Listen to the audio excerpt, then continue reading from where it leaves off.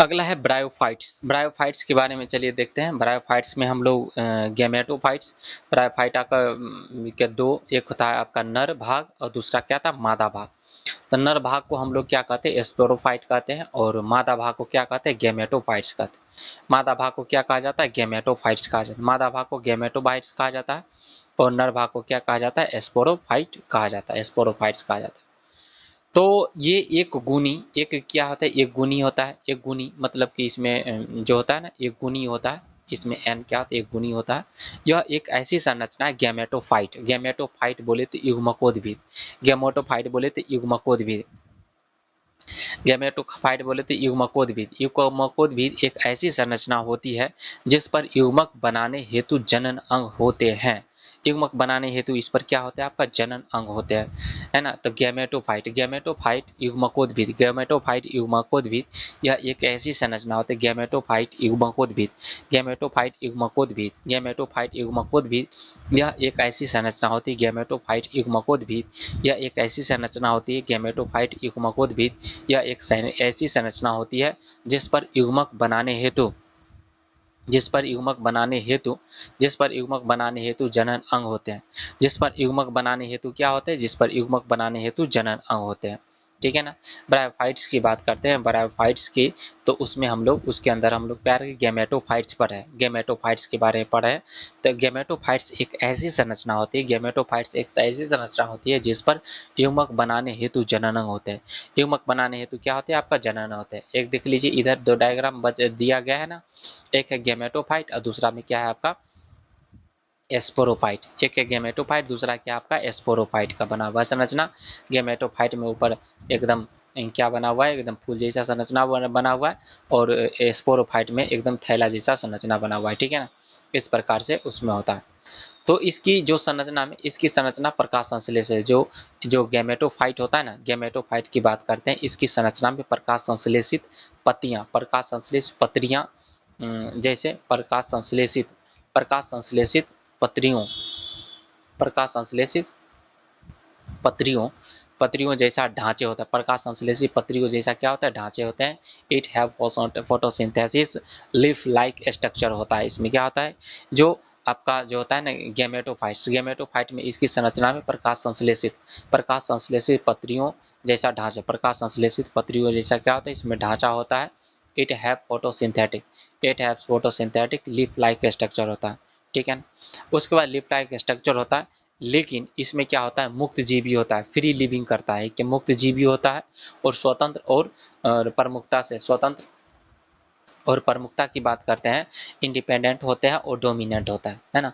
तो इंडिपेंडेंट होता है और क्या होता है, ये डोमिनेंट, इंडिपेंडेंट होता है और क्या होता है, ये डोमिनेंट होता है, ठीक है ना। और मुक्त जीवी होता है, क्या होता है, ये आपका क्या होता है आपका गैमेटोफाइट, गैमेटोफाइट क्या होता है आपका, मुक्त जीवी होता है, मुक्त जीवी होता है, ठीक है ना। अगला पॉइंट पर चलिए, अगला पॉइंट क्या है आपका, एस्पेरोफाइट, एस्पोरोफाइट, एस्पोरोफाइट की बात करते हैं। एस्पोरोफाइट यह आपका, देखिए गैमेटोफाइट तो आपका एक गुनी होता है, गैमेटोफाइट एक गुनी होता है, लेकिन एस्पोरोफाइट क्या होता है, एस्पोरोफाइट जो बीजाणु, इसको बीजाणु कोभिद कहते हैं। गैमेटोफाइट को क्या कहते हैं, गैमेटोफाइट को युग्मकोद्भिद कहते हैं, गैमेटोफाइट को युग्मकोद्भिद कहा जाता है, गैमेटोफाइट को युग्मकोद्भिद कहा जाता है। और बीजाणु, बीजाणु को भीद है ना, एस्पोरोफाइट, एस्पोरोफाइट को बीजाणु को भीद कहते हैं, एस्पोरोफाइट को बीजाणु को भीद कहते हैं, एस्पोरोफाइट को क्या कहते हैं, बीजाणु को भीद, एस्पोरोफाइट को बीजाणु को भीद कहते हैं। एस्पोरोफाइट को क्या कहा जाता है, बीजाणु को भीद, एस्पोरोफाइट को क्या कहा जाता है, बीजाणु को भीद कर, एस्पोरोफाइट को बीजाणु को भीद कहा जाता है। यह द्विगुणी होता है, एस्पोरोफाइट को बीजाणु को भीद कहा जाता है। एस्पोरोफाइट को क्या कहता है, बीजाणु को भीद कहते हैं, एस्पोरोफाइट को बीजाणु को भीद कहते हैं। एस्पोरोफाइट को क्या कहते हैं, बीजाणु को भीद कहते हैं, एस्पोरोफाइट को बीजाणु को भीद कहते हैं। यह द्विगुणी होता है, एस्पोरोफाइट को बीजाणु को भीद कहते हैं। यह क्या होता है, द्विगुणी होता है, ठीक है ना, 2n होता है, ठीक है। और गैमेटोफाइट क्या होता है, गैमेटोफाइट होता है आपका युग्मकोद्भिद होता है, आपका एक गुनी होता है, एक गुनी होता है, ठीक है। तो इसमें क्या होता है, देखिए इसमें मेल इसमें फीमेल का ही गुण दिखेगा एक गुणी में, इसमें क्या आता है मेल फीमेल दोनों का गुण दिखता है, ठीक है ना। तो इसमें चित्रण इस प्रकार से होता है। इसमें चित्रण, इसमें जो होता है ना बीजाणुधानी में क्या क्या पाया जाता है, इसमें रूट पाया जाता है, फूट पाया जाता है, नीचे वाला जो है स्थान होता है ना उसको फूट कहते हैं, फूट पाया जाता है, सेटा और कैप्सूल, फूट सेटा और कैप्सूल। और कैप्सूल में ही क्या रहता है बीजाणु मातृकोश का रहता है। बीजाणु मातृकोश का किस में रहता है कैप्सूल में, कैप्सूल में ही बीजाणु मातृकोश का, बीजाणु मातृकोश का कहाँ पर होता है आपका कैप्सूल में ही बीजाणु मातृकोश का होता है। नीचे फूट होता है, ऊपर में सेटा, और कैप्सूल में ही क्या होता है बीजाणु मातृकोश का होता है। और बीजाणु मातृकोश का में क्या होता है बीजाणु मातृकोश का ये 2n होता है, ठीक है ना। इसमें मेल फीमेल की बात करते हैं, ये क्या होता है आपका 2n होता है, माता से भी आए गुण और पिता से भी आए गुण होता है, 2n होता है बीजाणु मातृकोश का। और ये अर्धसूत्री विभाजन करता है, अर्धसूत्री विभाजन करके ये बीजाणु, अर्धसूत्री विभाजन करके बीजाणु का क्या करता है अर्धसूत्री विभाजन करके ये बीजाणु का निर्माण करता है। अर्धसूत्री विभाजन करके किसका निर्माण करता है बीजाणु का निर्माण, अर्धसूत्री विभाजन करके किसका निर्माण करता है बीजाणु का निर्माण करता है, ठीक है ना। अगला है बीजाणुकोभीद, बीजाणुकोभीद की बात करते हैं।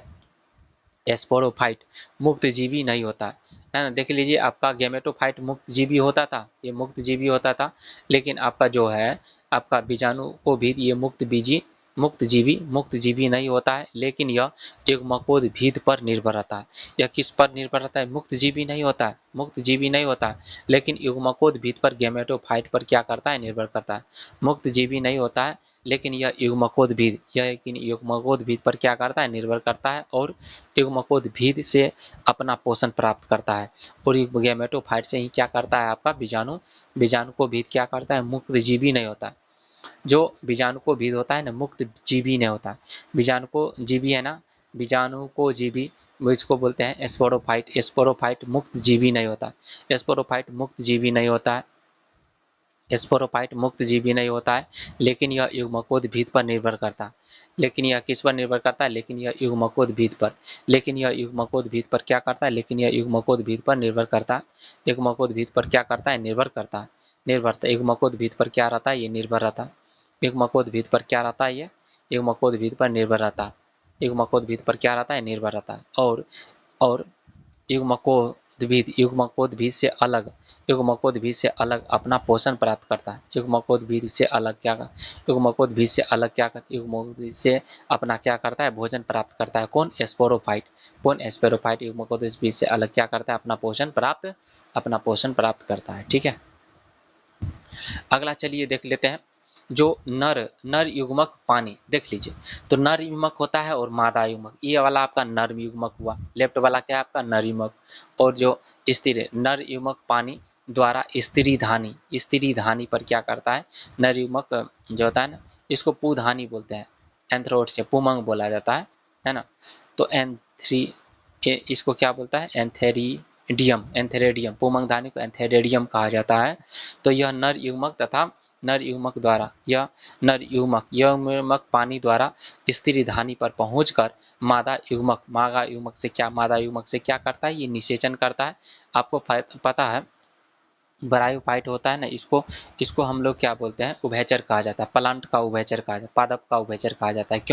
क्योंकि इसको रहने के लिए तो मिट्टी की जरूरत पड़ जाती है, लेकिन इसको जनन करने के लिए किसकी जरूरत पड़ती है पानी की आवश्यकता होती है। तो ये वाला जो है ना ये आपका पुमंग, ये नीचे वाला जो पार्ट दिख रहा है लेफ्ट साइड में तो इसको हम लोग राइजोइड कहते हैं, ऊपर वाला पत्ती दिख रहा है इसको हम लोग क्या बोलते हैं इसमें लीफ लाइक स्ट्रक्चर कहा जाता है ना। और ये पुधानी ऊपर में क्या है पुधानी एंथेरिडियम इसको बोलते हैं पुधानी कहा जाता है। और इसमें क्या होता है इसमें कसाबिक पाया जाता है, फ्लैजिला पाया जाता है इसमें।